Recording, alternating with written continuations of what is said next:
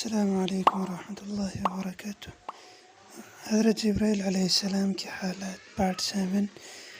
وحی لاتے وقت حضرت جبرائیل علیہ السلام کے ساتھ 4 محافظ فرشتے ہوا کرتے تھے۔ فرمان باری تعالیٰ ہے الا من ارتضى من رسول فإنه يسلك من بين يديه ومن خلفه رصدا کی تفسیر میں حضرت سعید بن جبیر رضی اللہ عنہ فرماتے ہیں کہ حضرت جبرائیل علیہ السلام جب بھی کوئی وحی لے کر آتے تھے تو ان کے ساتھ 4 محافظ فرشتے ہوا کرتے تھے۔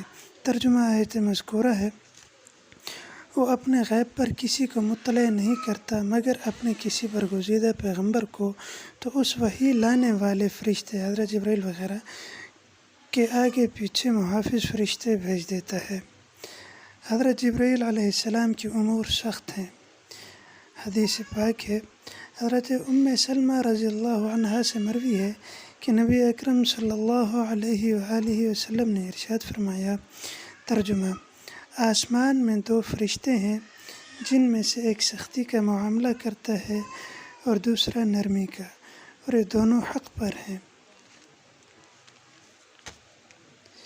ایک جبرائیل ہیں اور دوسرے میکائیل، اور فرمایا 2 نبی ہیں جن میں سے ایک نرمی کا معاملہ فرماتے ہیں اور دوسرے سختی کا، دونوں حق پر ہیں۔